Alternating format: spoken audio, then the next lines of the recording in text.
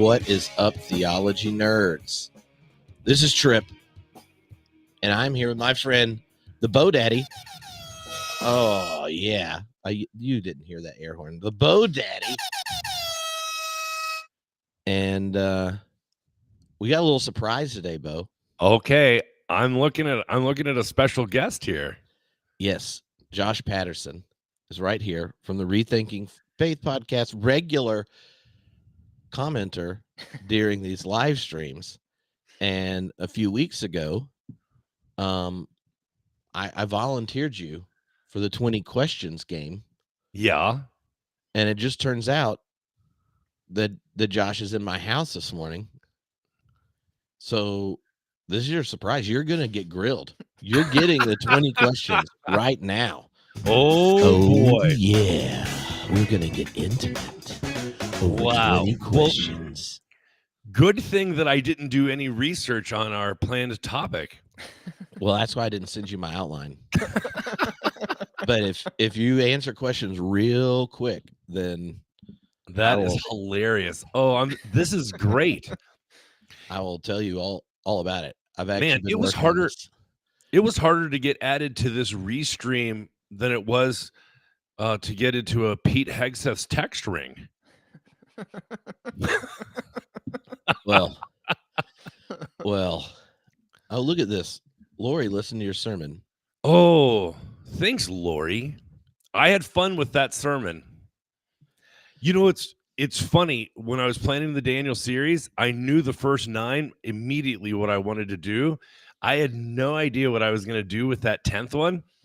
And I actually bought the Daniel for Everyone with Golden Gay in the N.T. Wright series and a couple other Daniel commentaries to try and figure out what I wanted to do with that. But I ended up just going my own way. So I'm glad that you listened. I'm glad that you thought it went well. I got a lot of good feedback. Yeah. You know what's bad is when you're all excited and did something like that, and then it's just crickets. Oh, yeah. And you're like, I've had that. Did people not realize that I was pioneering new ground with this text? Yeah, sometimes it doesn't really pay to be innovative. Oh, no. Well, Josh, now, you know that you do this on Rethinking Faith. Do you want to set up what's about to happen? Sure. Yeah. So, you should introduce yourself for people that may not know you. Oh, cool. I'm Josh. I do a podcast, but you have to actually use a microphone. I know how microphones work, I think. But yeah. So my name is Josh Patterson. I'm the host of the Rethinking Faith podcast. And sometimes when I want to have a little bit of fun and break up some of the, overt nerdiness, we'll do a thing called 20-ish Qs, where I bring on a guest and I have about 20 questions, sometimes maybe a little bit more, 20-ish, 20 adjacent. And some of them are serious. Some of them are silly. Some of them are personal. Some of them are whatever. And so I just see what happens. All right. Yeah. Josh, by the way, is the X-Pac of the Degeneration X. I'll take it. I'll be Kevin Nash. You just wanted us to call you the Big Sexy. I know. That's what I was going for. Well, I did. So I wore this specific shirt on purpose, knowing I was going to see Tripp, because this is a main event Jey Uso shirt, who is a current WWE superstar that Tripp does not like. He thinks he's annoying. And so I intentionally wore it. He's going for the heavyweight title at WrestleMania. And he basically, Bo, if you watch him do his ring entrance, it's the equivalent of a mega church youth minister hyping up, the youth group that has enough money. They were like, let's put this in smoke machines. Let's do it for the Lord. Like he's basically like a righteous gemstones youth minister. Oh my God. And he just gets everyone to yell the word yeet all the time. Oh, great. And I assume that yeet, there's an acronym for something. Okay. It's spiritual. It's code switching. Yeah. By the way, one of my favorite follows on Instagram is this. It's called Mega Church Worship Fails or something like that. It is so painful and cringy. It's unreal. Yeah, I also follow them. The ones that are the worst, though, is when people can't sing. Like, I can't sing. I know I can't sing, so I don't.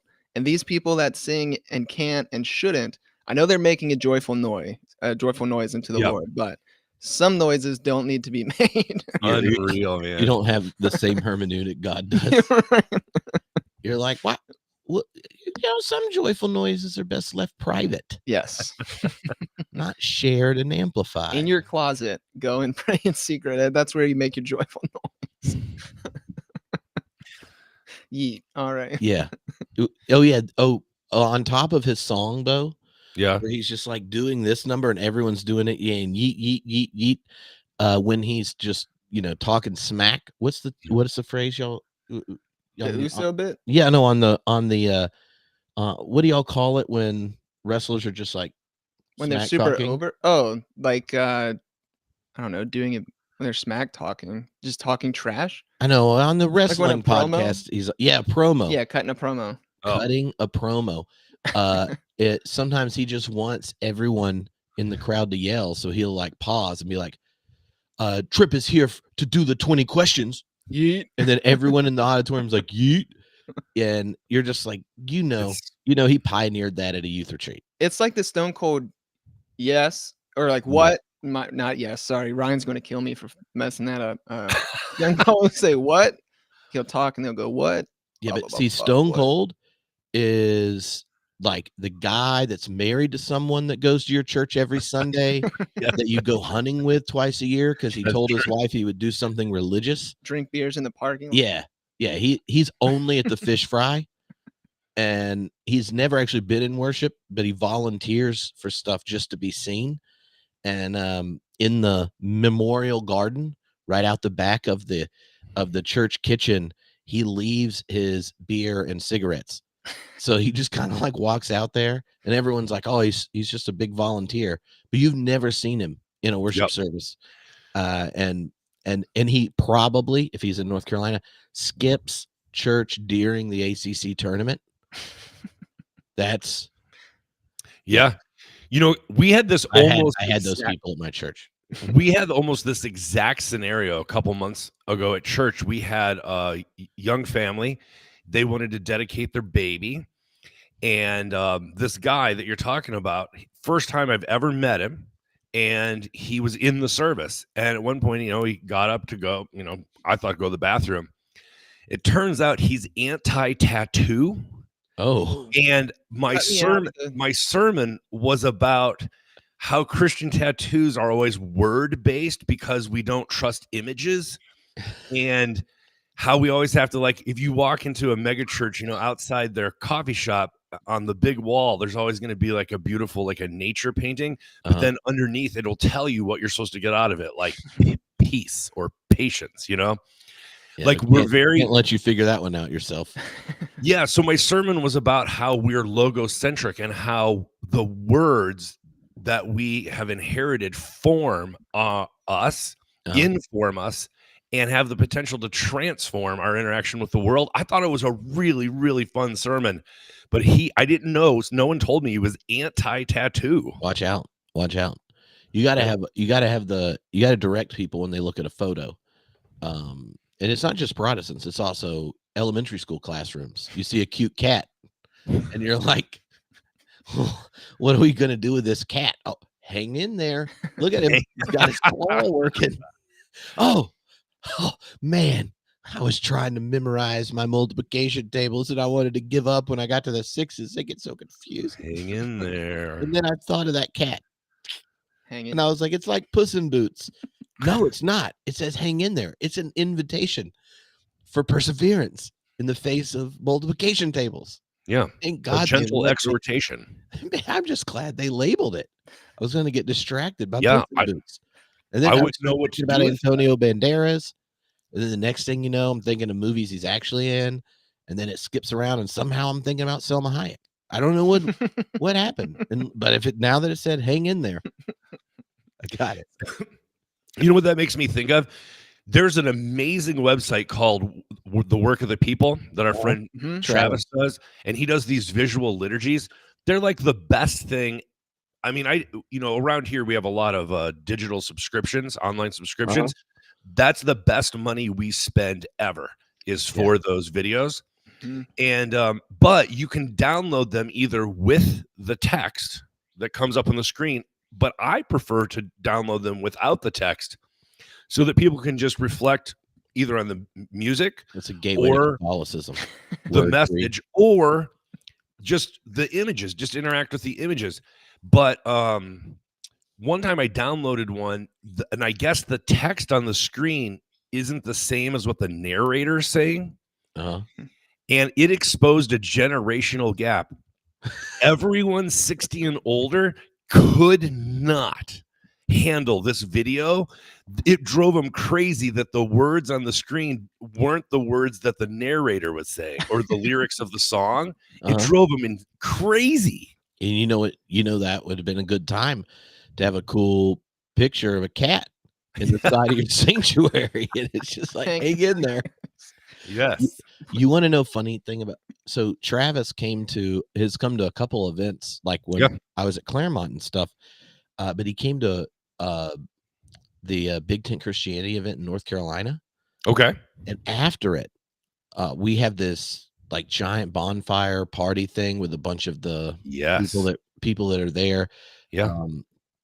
And over the course of the evening into the early morning, at some point, like the Brian McLaren and stuff, they go, and then it's like Tom Ord's still there and Nadia Boltz-Weber, and then they go, and then it's like down to the like 35 and under 1 a.m, and we were fully. I used to be a part of that, and he was like, "Let's make a video," and it's probably 1 a.m, Bo. I'm fully invested. Yes. And this video is never on the work of the people, but he definitely edited it and put music underneath it and sent it to me. It is one of the funniest things. I experienced what it would be like to room with me and somehow get me talking at 1 a.m. when we should be asleep. Oh boy. And I did this number so many times where I'm just like, you were still spouting the knowledge. Oh, well, I wouldn't say knowledge. Okay. And he was like, so what's the metaphor of homebrewing Christianity? And he's like, well, what's your least favorite light beer Christianity? And I go on this rant about Mark Driscoll. Well, it's funny. I might have exaggerated a few things at that point. Turns out, no, you may have understated it. I was prophesying. I was going to say, it sounds like you're speaking prophetically. Yeah. Some Gnostic wisdom. Gnostic wisdom. That's where you go. Gnosis. Yeah. Anyway. All right, Josh. By the way, before we get started, just one word of advice to you two. Never get stuck in an elevator with Travis. Oh, God. I don't think we can tell that story out here. But you should remind me when we get done, and I'll tell you. Elevators. If he gets on the elevator, just tell him you'll catch the next one. Yeah. Good to know. Yeah. Yeah. It is so funny. All right. I'm going to mute myself. Okay. All right. You should ask him a question. All right. I'll ask him. I'm just going to tell you after. I've just thought more about this than decided. Can I say well, you say what you're in charge now. All right. Well, I was going to tell a joke earlier about the hang in there thing with the cats, but I don't know. It might get me kicked off the live stream. So, but like I was picturing when you're talking, like someone in school doing, the hang in there bit. But imagine like a little kid in Sunday school class, and they like look up and it's like the hang in there poster, but the cat is on a cross. Jeez. Oh my goodness. So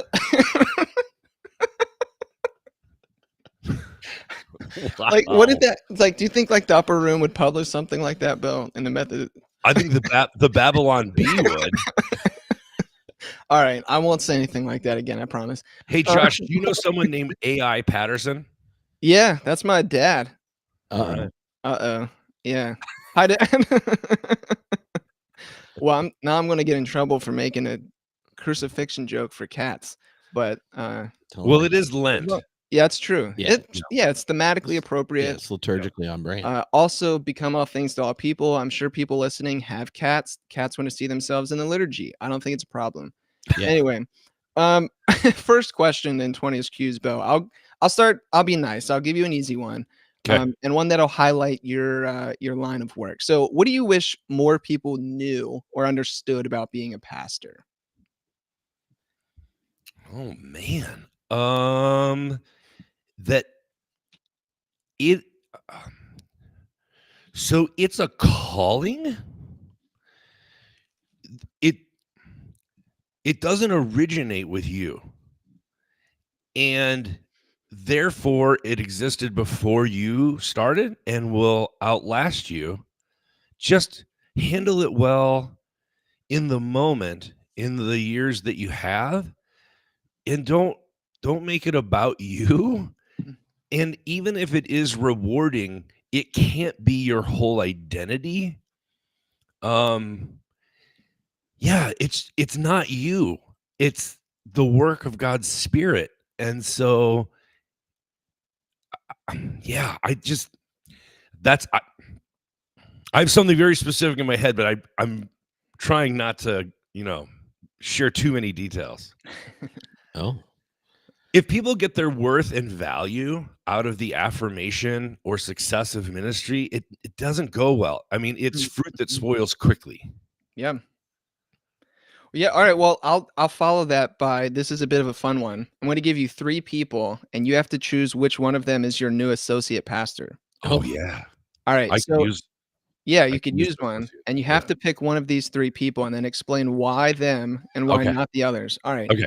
So you get Stephen Furtick, okay, John Piper, and Mark Driscoll. Who is your new associate pastor and why? Oh boy.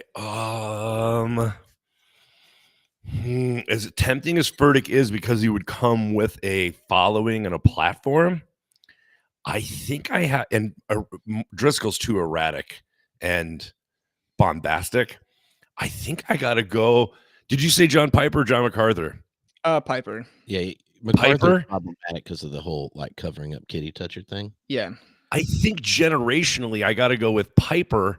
He would bring something to the team that is lacking, and maybe some stability in pastoral presence and visitation. Oh God. Just the idea of him being your associate minister is funny. Could you just imagine? I imagine purgatory for Piper is being a Methodist. Yeah, right. That's hilarious. He spent a career popularizing the worst version of the Reformed tradition, and then St. Peter's hey, okay, look, I know you didn't anticipate this, but actually there's a rather big wideness in God's mercy, and we thought a way to help you understand this is just a few years as an associate minister at a Methodist church with the Bo Daddy. And you get Piper's like, WTF. Yeah, that's hilarious. He Tripp, I know that you are aware of what steeplejacking is, but I think he would initiate pulpit jacking. Yeah. He'd try and take that bad boy over. Jesus is super jacked. But yeah, you only can let him preach on prevenient grace. That would be a part of his just a one-trick pony. Yeah, the 3 Sundays a year I'm gone. That's what he would do. Yeah, but it would be you would definitely not leave on July 4th like most mainline Protestant senior ministers, because you're just worried. You're like, oh my God, I can't let that guy take this one. Oh my gosh. I have so many funny stories that I've heard, because in our appointment system, we all start July 1 as the beginning of our appointment. And for many, it's not only a communion week, but it's a patriotic service. And they show up and just think, where have I landed? Yeah. Amen. All right. Well, I'll throw, this one's a little bit more challenging, Bo. Oh, okay. Yeah. You have to ditch a book of the Bible. Ooh. It can be any book you want, but you have to get rid of one. Which one and why? Oh my goodness. All right, this is so interesting. Let me think real quick. Ditching the Bible. Well, if I say Genesis, then that can come off as anti-Jewish, so I don't want to say that. But how interesting would it be if we didn't have that origin story? I wonder what else would happen, right? So that was an interesting one. It'd be like Psalm 104 is the main creation text. Right. Revelation, I know a lot of people would get rid of, but I think if read well, it still speaks today and actually models for us a prophetic imagination. So I think I'd keep that. I like James. Let me think. What if, and I love Galatians. I'm going to go, I was going to say John because it's so different than the other synoptics, but I think that it brings up complexity and a variance that's helpful. So I'm going to go, all right, what about Acts? I'm going to go Romans. All right. Yeah, that way. John Piper's super tired now. That way both Luther and Bart have to find something else to do. Oh. Well, Tripp, you do know, like, there's a new book out on Romans by this certain publishing company and these two authors that have no biblical training or scholarship, and they figured out how to read Romans the correct way because everyone else is dumb except them. Well, that's good. You should get them on the podcast. I can't wait. Oh, you know what? What if we got rid? Well, I was gonna say no, never mind. I was gonna go with like 2 Timothy or Titus because of the slave component. Well, and it doesn't really like shorten things, you know? Yeah. Yeah. Like, well, Titus. No, it doesn't abbreviate it much at all. Is Titus ever even in the lectionary? Like, it might. If it, so. You know, it'd be funny. An experiment is to remove Titus from every Bible in a church and see how many years it takes for anyone to notice. That is hilarious. It's probably, if it is in there, it's probably year C and in July. Yeah, yeah. It's like we're gonna put this in the green time when people are on vacation. With Romans gone, Bo, what would you? So now you get to canonize any written document to replace Romans. What are you canonizing? Well, we would have to find it first, but at the end of 1 Corinthians, it says, "As in my first letter to you." I would really like the real 1 Corinthians. Right on. You know what I've always thought about that bit. Your dad wants Leviticus. Your dad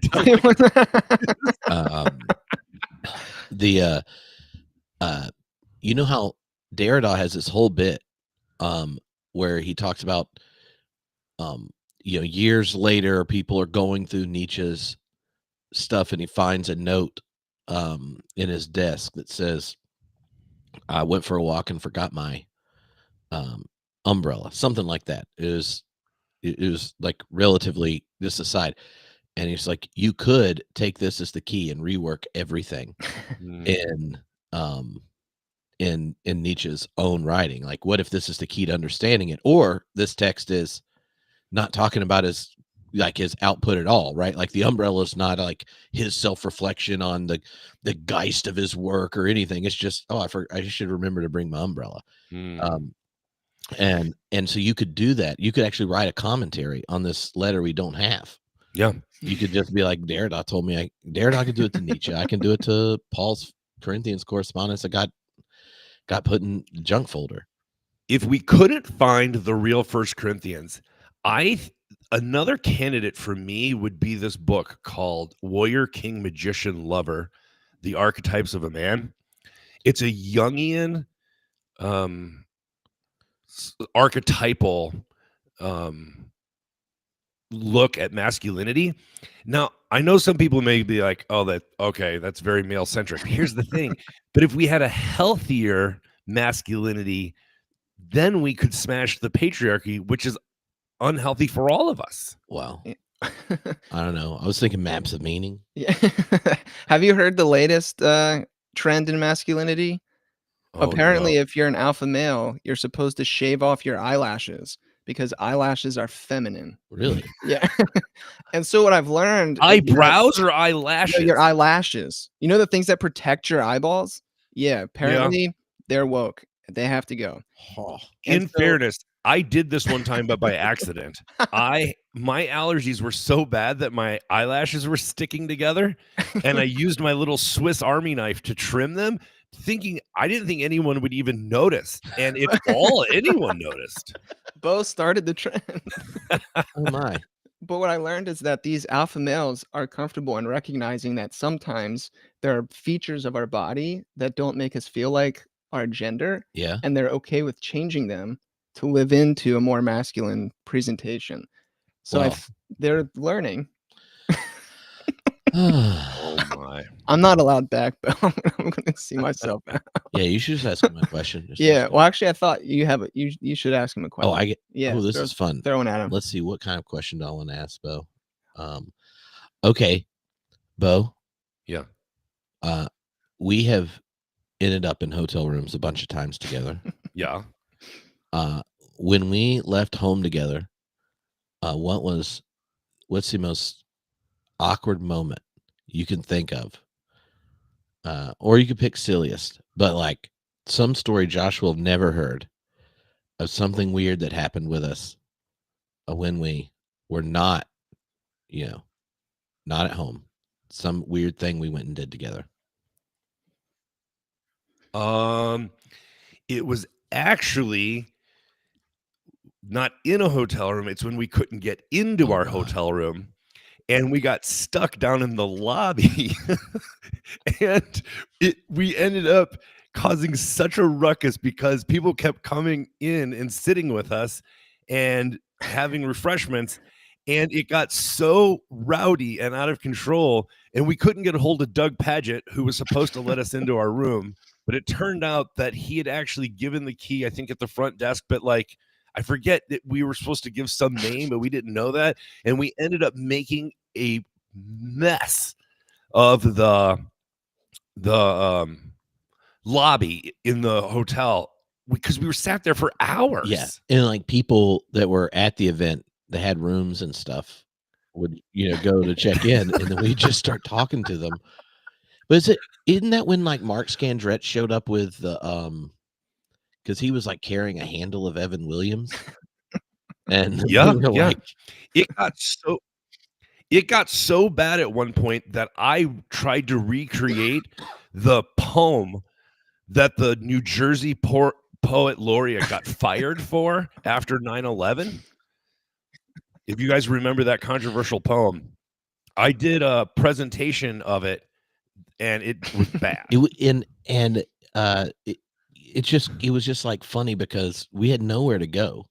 We couldn't go to our room, but it's clear we're a part of this event that everyone's staying there because every speaker and people coming to it all would just come up and start talking to us.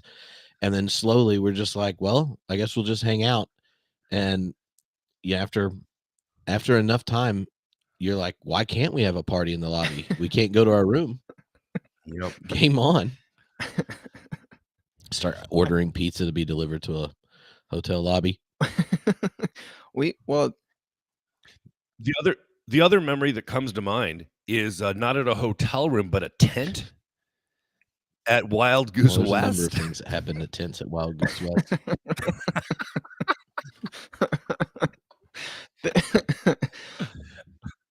Tripp had driven up the equivalent of, I'm going to guess, 144 samples of homebrew. Yeah, me and Greg Stevens drove my little Hyundai Accent with no cruise control. I didn't know it didn't have cruise control till we left LA because you would never use it in Los Angeles. Mm-hmm. And I was like, oh, Wild Goose West, it's in Corvallis, Oregon. It's just over the border. I didn't know that, this was not smartphones. I didn't put it in Google Maps and it's like 11 hours. No, I was just, it's just over the border. just up. Yeah. I also, it would have been just as easy to drive to like New York City from North Carolina. So, and the Wild Goose West was the only time they did it on the West Coast. And they're like, we need something to do at night. And I've just volunteered. I was like, Bo and I organize a podcast every night. Nice. And then I was like, we're going to have a live band play and do it like a late night show. And our friend Austin Roberts got some of his friends that are professional musicians. So we're like doing music and all this stuff. And I'm like, I'm going to brew beer. And so I like home brewed, and there's hundreds of 12-ounce beers in our car, along with our camping stuff and music equipment. So, it's barely off the ground. And we get there. Here's the best part. I get uncomfortable driving over bridges. Okay. So when we got to the Bay Area and we're going over this bridge, I'm like, Greg, you're gonna have to drive now. They're grates over one of these bridges. You're driving over grates. So if you look out the window, you can see the bay or whatever is underneath it. I'm like, no basket. I can't do this. So I get out. Greg's now driving, and then I just fall asleep. So he's now driving for hours, like late at night. Wow. We're going out of this mountain, and we hear, wow, wow. We get pulled. I'm waking up. This cop comes up to the window. Now, just look at the two of us and music equipment, camping gear, and hundreds of homebrewed bottles of beer. And this guy pulls up, rolls down the window, and looks at Greg. He goes, "Where are you going, Earnhardt?" And Greg's like, "The brakes in this car don't work with this much stuff in it." And oh man, it was an old car too. Oh, it died. One of the church members was uncomfortable with me ever riding around students. So they sold me a different car for whatever I could afford. And then I just sold that one. And then a month later, it blew up. Jeez. Well, when I brought all that beer to beer camp 3 years ago, I was nervous driving because I had 20 cases of beer and 4 kegs in the back of my Crosstrack, driving over state lines. Yeah, I covered it with a nice blanket. Wow. But I still have pictures of the refrigerators overflowing with processed party at Will's church. Dude, we ended up camping next to John Cobb's grandson. Oh, snap. We didn't know it. And then when I realized Jonathan Cobb was John Cobb's grandson, I'm pretty sure I creeped him out. You were. It was a type of like fanboy stalking that really he was uncomfortable. Yeah, but we're still Facebook friends, so okay. All right, Josh. Throw another one at him. All right. Well, here you were talking about, this inspired by your hanging in the lobby story. You get to get, filled with the Spirit with any member in church history. So you're going to go to the bar, have a few drinks with whoever you want, and then at the end of the night, you two are going to fight another member of church history. That can be physical or verbal, up to you. Interpret it as you want. But who are you drinking with, and then who you guys throwing down? Oh boy! Oh man, this is interesting. Well, I would never pass up the opportunity to spend some time with Tolkien. What's the Tolkien rule? Is there enough time passed? Is it an hour? Oh yeah, you brought it up before an hour into the podcast. I didn't know that was a rule. Okay. Good answer. Yeah, I would just never pass that up. And let's think. What's the rule on who we fight? Anyone in church history. Christopher Columbus. There you go. You're like that's the first. You're like, Tolkien, this fool has been corrupted by the powers of Mordor. He's all gone Boromir on this junk. He thought he was doing it to fulfill his vocation as a protector of Gondor, but no, he's been corrupted by the ring. He wants to seize the power for himself. He thinks he can use it for good, but that's not how colonialism works. He saw the New World and he said, "My precious." Yeah, if I could push Christopher Columbus off the bow of his boat before he discovered anything, I think I would do the world a favor. Yeah, and you're like, you know what you're doing in purgatory? You're the associate minister for John Piper.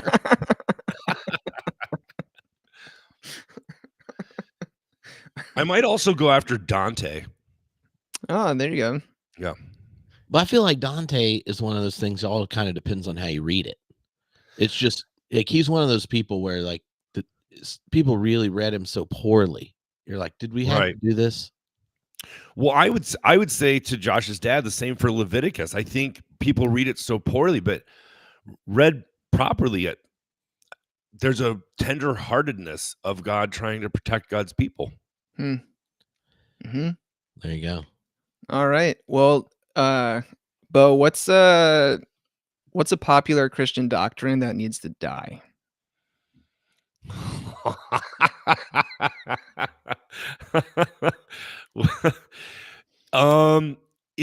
It's not the whole doctrine, it's just half of it.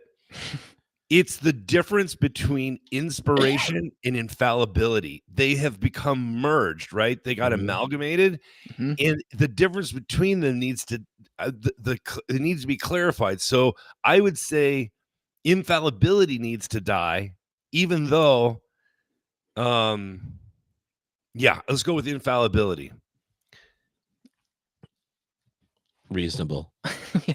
Because inerrant is the problem, right? It's that people think there's no error, that it's inerrant, but if we just went with the real definition of infallibility, and Tripp hates when I do this, but it means that it will not fail to accomplish that for which it was given. That's technically and I think infallibility is good, but I think we have to get rid of inerrancy. That's fair.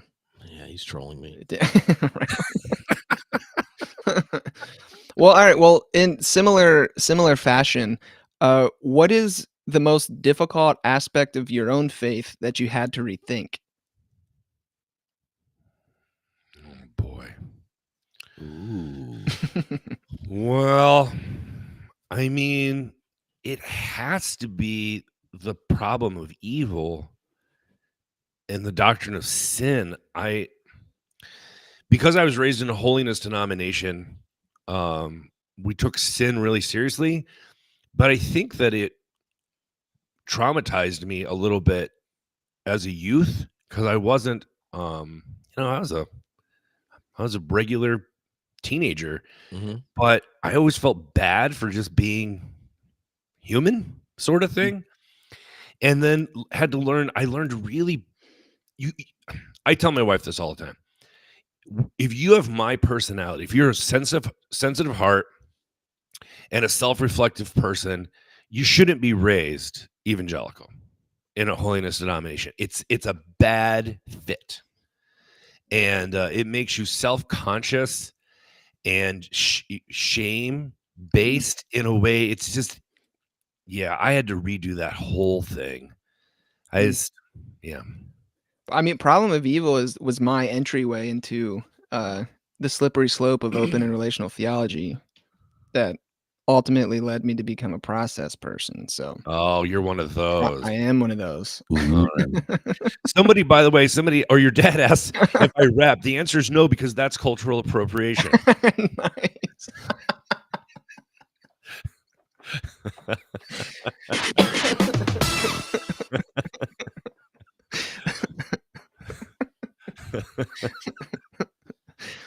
All right, dude.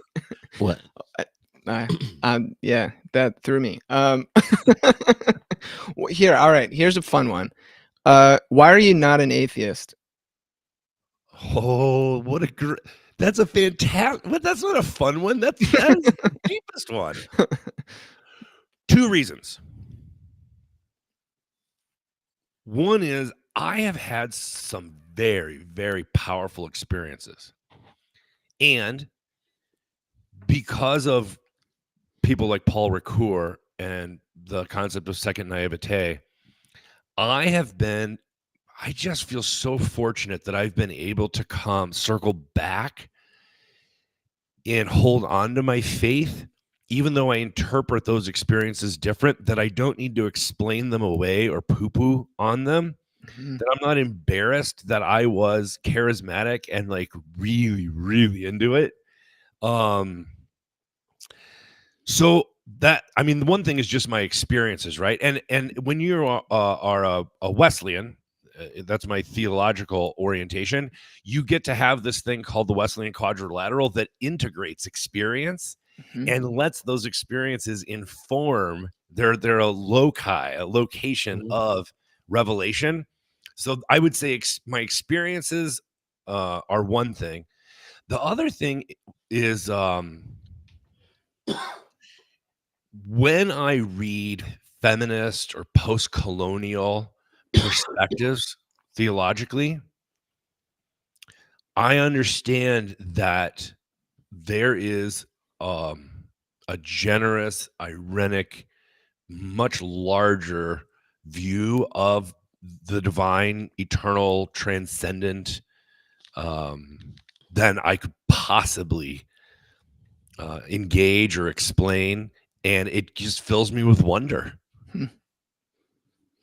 Yeah, I want to ask you a follow-up to that, specifically around like the decolonial stuff, and reading from like womanist perspectives, liberation theology, these kind of things. One thing that comes to mind often for me, and I've talked about this ad nauseum with Adam Clark, because I always ask him this question, and I'm never satisfied with the answer that he gives me.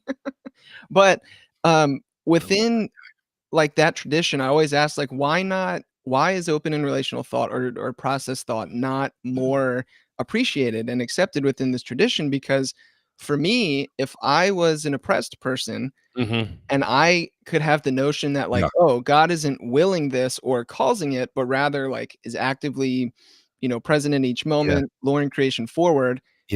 Why would I not take that option? Like, if God could free me some slavery and chooses not to, I don't want to worship that God. And I'm like, Adam, help me understand. But I think I know. You have. I think I know an answer, a response to this. Because of my friendship with Randy Woodley and those he has introduced me to in the North American indigenous theological world, if I had to guess, this is what I think. Randy and his friends might say something like this: when you already have pre-converting to Christianity in your culture, you already have a vocabulary and a worldview, a cosmology, a metaphysic, and then you convert, you become a Christian, or however that looks.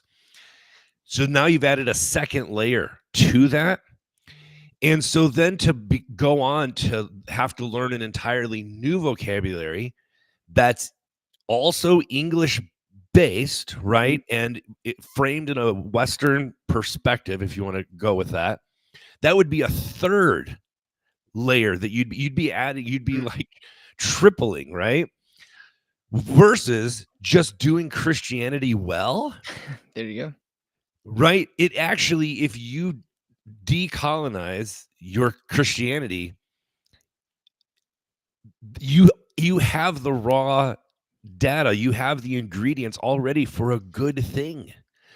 So like for Randy, let's say if you are a First Nations person and you follow whatever in your tribe or culture is the harmony way, right? Randy would call it shalom in the community of creation. That's his book.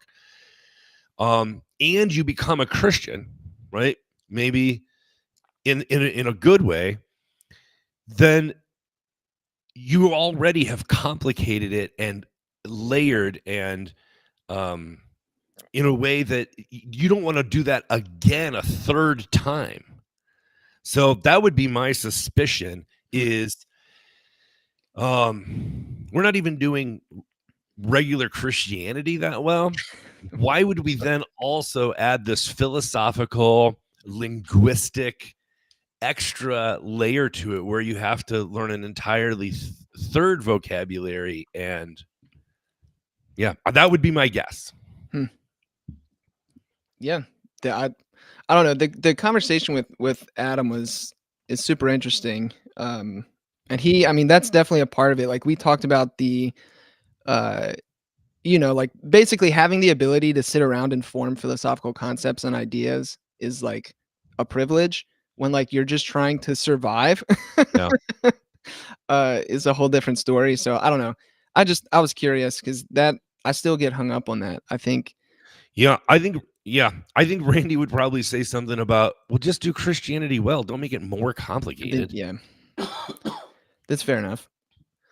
All right, Tripp, do you have a question that you want to throw his way? Let's see. Bo, who's someone that you like, what's a thinker that you think is really, really wrong, but you're glad they're really, really wrong because you love to wrestle or engage or think with them? I'm gonna say Tim Keller. R.I.P. R.I.P. I have I am so jealous that A, he is so influential, and B, so prolific. Mm-hmm. I just wish he had better theology, like more complicated and engaged.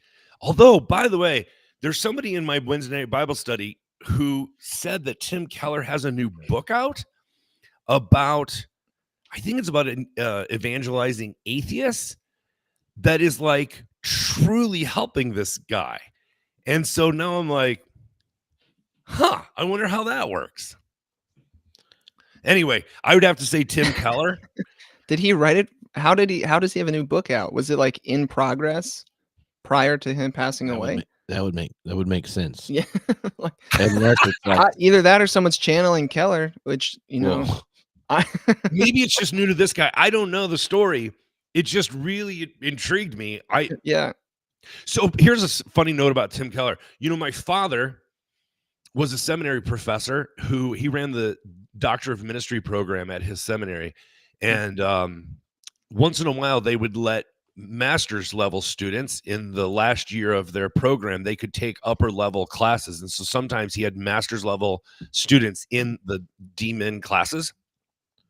They actually had to make a rule that you weren't allowed to quote Tim Keller in a seminary paper, because especially if you were Korean or Presbyterian, sometimes the papers would be just book reports.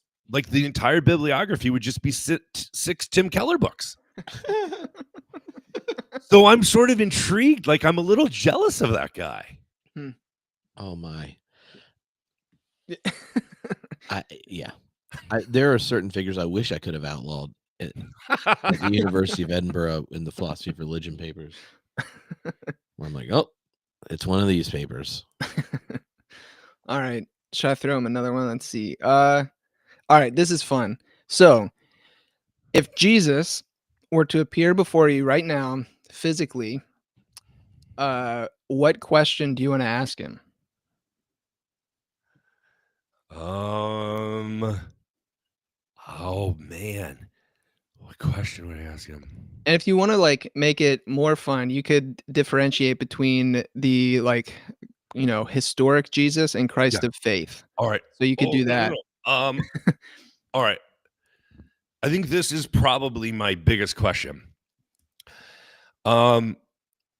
Islam didn't exist for 700 years after Jesus. Mm-hmm.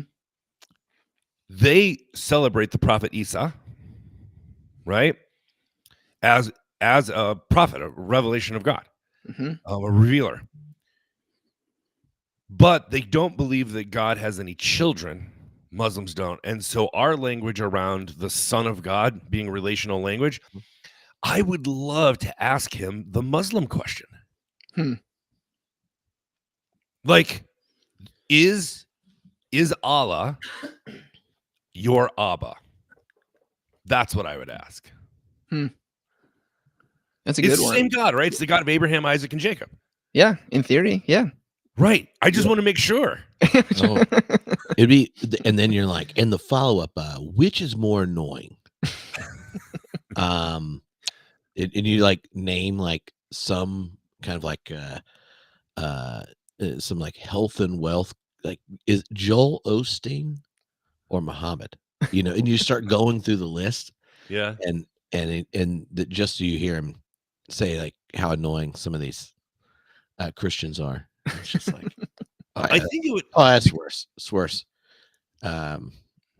Because I live in an LDS area, I think I would also, if I didn't get to ask the Muslim question, my backup plan would be to ask about between the crucifixion and the resurrection. He didn't come to North America, right? You're like, I just wanted to check. That wasn't you, right? But what if you asked it in a presumptive way? You know, where he has to, you get to see how awkward Jesus would make a disagreement. Where you're just like, so, you know, when you visited North America. Yeah. What was that? How was that? If I got a third question, I think I'd also like to ask about virginity. If he was a virgin? Well, both his mom, but also him, if he was fully human. His mom. Yeah. I want to know about the full experience of humanity. So I'd ask, I think I'd ask if he lost his virginity. Like, when you were 13, did you have wet dreams? I was gonna say the homebrewed guide to Jesus. Yeah, that's reference to nocturnal emissions. So in ranking order, it would be the Muslim question, the Mormon question, and the virginity question. All right. Solid. It'd be funny if he's like, it gives short answers, and then you're like, yeah, but you know, how did you handle your fully human adolescence with the testosterone and stuff? You know, you're like, I just want to know, like, how'd that go? And he just went. But you know what would be the danger of asking that question? What if he's like, no, I kissed dating goodbye? Oh, yeah. That's the inspiration for the book. What if he gave me like the youth pastor talk, like, don't touch your naughty parts? What if he was like, well, I was married, my wife died, I was pretty depressed, wasn't eating, had a ecstatic religious experience with my theoretical cousin, and then Satan started talking to me and stuff, and I was like, well, bump it. Most of my friends my age are dead. You don't live that long now. I'm just going to lean into this. And then, so you find out that he had a family, and some tragedy happened, and the next thing you know, he has his in almost a midlife crisis with John the Baptist, but he's like a 8 on the Enneagram. So when the Herodians took out JC's just like, bump this. You think I'm just going to sit outside at the river and talk junk? No, I'm going to troll you all up and down Galilee. And if I got a fourth question, I would say not a question, but a comment. Jesus, I got a comment. That's something I got to clear up with you, bud. No. What I would ask about is I'd be like, you're the one who hid the dinosaur bones, right? Yeah. You tucked those in because you really got people going, man. That was a good work, man. People still talk about it. I thought you were going to be like, so what is the metaphysical status of Tom Bombadil? Like, he's the eldest, but. Can I tell you how much I love Tom Bombadil, by the way? Oh, yes. That's my next question. My favorite thing, love Tom Bombadil. My favorite thing is that Peter Jackson left it out of the movies, because for those of us who read before the movies came out, read the book, I would always ask people as a litmus test. It was my shibboleth. Ooh. I would ask them about Tom Bombadil, and if they didn't know who he was, I'd be like, "Okay, so you just saw the films. All right, I see how you're like, you don't even understand Faramir." Yeah, look at you, this little movie. I was Tom Bombadil for me is gatekeeping. I love it. Oh, I love Tom Bombadil. I thought you were going to say it because he's essentially the Anabaptist witness in Middle Earth. Oh, that's a good one. Do you know that he was one of the 9 Astari? Right, he has the same power level as the Balrog and Gandalf. Well, didn't it kind of depend on which of his explanations in the letters and history of Middle Earth? And there's just one where there's one letter where he talks about like, oh, well, why did Elrond know, like, you can't leave a ring with him. It doesn't affect him, but you can't leave it with the guy. And Elrond's whole explanation is like, he's just kind of like not interested in the whole game of power. Yeah. He's so like pre-power that if you leave it there, he'll just forget the ring, someone to come take it. And in the letter where someone asked Tolkien about it, he's like, it's not rational to be pacifist, but it's an important witness to the nature of the universe. Huh. And that's what I thought you were going to go with. Because plus he's one of the like original rappers. Like he was freestyling in the woods. He sees a forest and he's just like, you could walk in the forest and just notice nature. You could think about it, or you could jump and click your heels while you rhyme. I would love to ask Jesus, if Jesus was in front of me, a question in Chris Farley mode, and be like, hey, Jesus, do you remember when you said, sorry, I'm really nervous. Remember when he said that we should love our enemies and pray. Oh, I'm so stupid. Pray for those who hate you. Remember when you said that? Is that true? Did you mean that? What if you did all that and you're like, do you remember you said that? And Jesus is like, yeah. And then you're like, did you have wet dreams?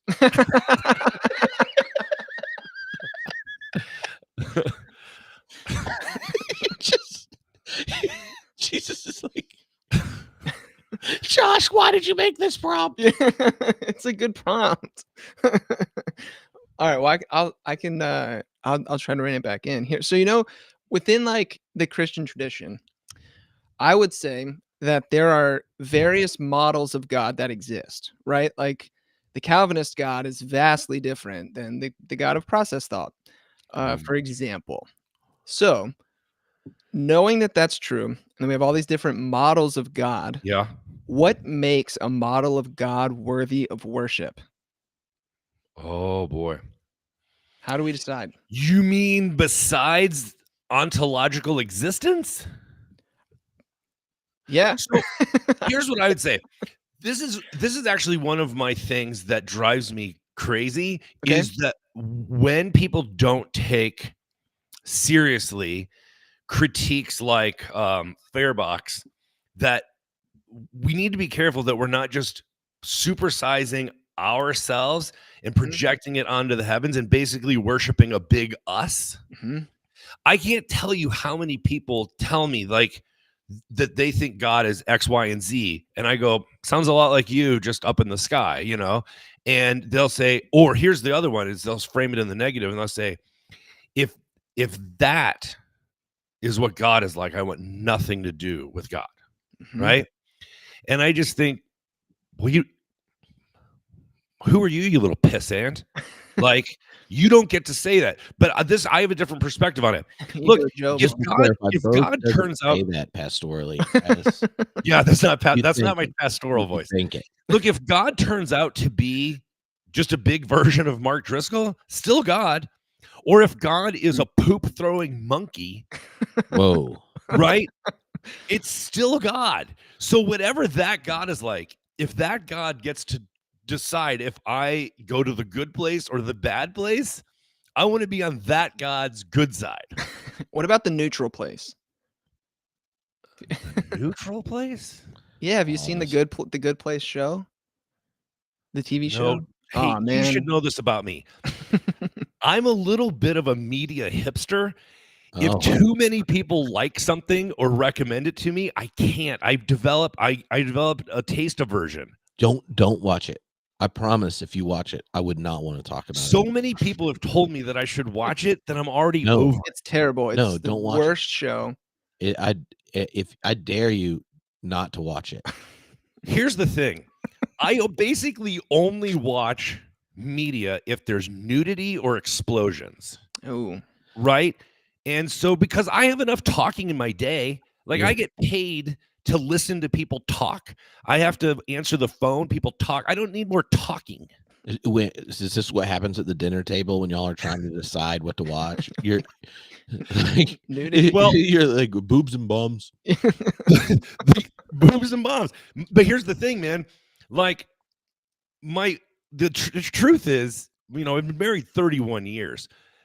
We're at that point in our relationship where I just sit next to her while she watches the BBC, right? Baking shows and murder mysteries. And I don't actually watch my own television shows. What about like just English dramas where everyone is like, we watch them all. You're like, if they didn't have a cool accent, the show would be horrible.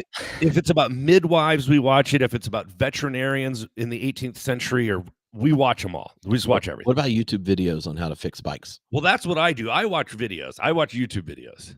If I could only pick one, I mean, it would be a standoff between Instagram and YouTube, but I'd have to go with YouTube. I love YouTube. Because YouTube, by the way, also has it has tutorials on it. Uh-huh. I can't tell you how many things around this giant church building or my fixer-upper home that I had to watch tutorials about, and then I was able to pull it off and save myself some money. There you go. You didn't even have to ask a question to get that. That was a freebie. Bo is generous. All right. Which one would be fun? All right. What religious tradition outside of Christianity have you learned the most from? Quakers. They're Christians. Yeah, Bo. Oh, okay. I'm pretty sure. Do they count? Okay. All right. Do they count? That was a joke. Does Phil count? They're not. Well, they're not Protestants. But yeah, I guess so. Okay. They might be Christian. No, they're definitely not American. They're against killing. So I would want to say a Native American tradition, but here's the thing. I can't say that because I've learned so little. I mean, it's the one I've learned the most from, and I still know almost nothing. There is a way of being in the world that it's not, because they don't call it Native American spirituality. That's not like right, and it's not a religion. It's not organized religion. It's a way of being that it is, to me, it is such a transgressive, persistent witness in my life about my own complicity in colonial and patriarchal Christianity. And it drives me crazy. I wish I knew more, but it's the one that's impacted me the most. But I'm embarrassed to even say that. Tripp, I want to ask you the same question. What religious tradition outside of Christianity has been most helpful to you, or have you learned the most from? Does like Greek philosophy count as one? Sure. If you count like the whole, they're going to ask if the Catholics Socratic tradition, than that. But if it's like one of the major ones, then it's Taoism. Nice. Okay. Really? You like Taoism? Yeah. Sort of a free spirit thing? No. I mean, it's very process adjacent. And I find like one of the things about Taoism is thinking about the nature of the way, and this would be process language, where it like imminent orientations towards possibility are thematized in creativity in Taoism, which for kind of theistic process thought happens between God's relationship to creativity. And you have different kind of assumptions about what it means to habitualize or ritualize or orient the different practices of orientation, when the presence that one has responded to is both like coming in from behind, right? Like that you found yourself in a sense in this current, and meeting you before. I feel like when I got really interested in Taoism and was reading the Tao, the next time I read Whitehead, I feel like there was all this clicking of it, and then it helped me understand and appreciate the more ritual, liturgical, like religious tradition as wisdom tradition, practice-centered parts of the Christian tradition that I don't think I would have gotten if I hadn't had this kind of like intellectual fascination with it, read it, found it practically helpful, raising questions. Then it renewed elements within process thought I hadn't paid attention to because I was asking different questions than the ones you ask as a Christian. And then it helped me rediscover a kind of like wisdom in parts of Christianity that I before would have related to in a kind of iconoclastic or let me get to the essence or this kind of thing, as opposed to going, well, what if all the things you're inheriting actually contain wisdom and they may not even know their own logic of the wisdom, but it's like part of this way. Then it's a different kind of discernment that's there. It also recognizes it doesn't require the legitimation of agency and value for non-human neighbors, and it's just presumed. So that also was an element of it. That's whenever I read comparative religions, it's always Taoism that I'm like, if I had to be something else, I think that's what I'd be, because I love the way of wandering. I love the nonconformity. I'm intrigued by the natural purity. There's so many elements to it that appeal to me. All right, Josh, what's our last question here? Ooh, you got to pick a good one. Yeah. Well, all right. I'll give two options, and Bo can choose which one he wants to do. All right. Look at this. It's a follow-up based on what we just talked about, and it harps, goes back to the why are you not an atheist question. And I want to ask, why are you still a Christian? Or do you believe in extraterrestrial life? And if so, what are the theological ramifications? And that's a difficult decision. Which there are two roads. You could say I'm a Christian because I believe in extraterrestrial life. Yeah, you're like, I'm a Christian because Jesus is a Martian.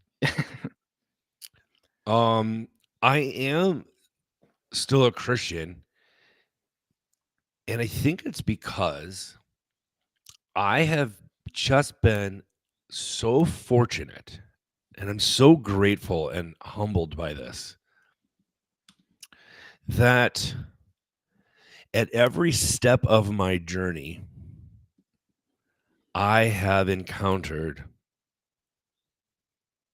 a guide or a wise person or a friend who either in the positive said or did something that was very nurturing or helpful or instructive, or in the negative, I saw a shipwreck on the shore and I knew to steer clear of those rocks.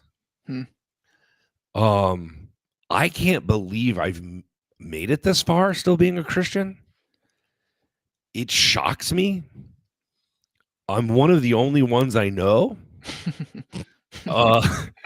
who's persevered and made it, but it certainly isn't because of anything necessarily virtuous or sympathetic in me. I'm a train wreck. I'm a rambling wreck, who can barely hold it together at points. I handle grief so poorly. It hits me so hard, and I've just stumbled my way forward. Like at the end of my life, no one is going to say that guy walked the road of faithfulness, a long walk of faith in the same direction.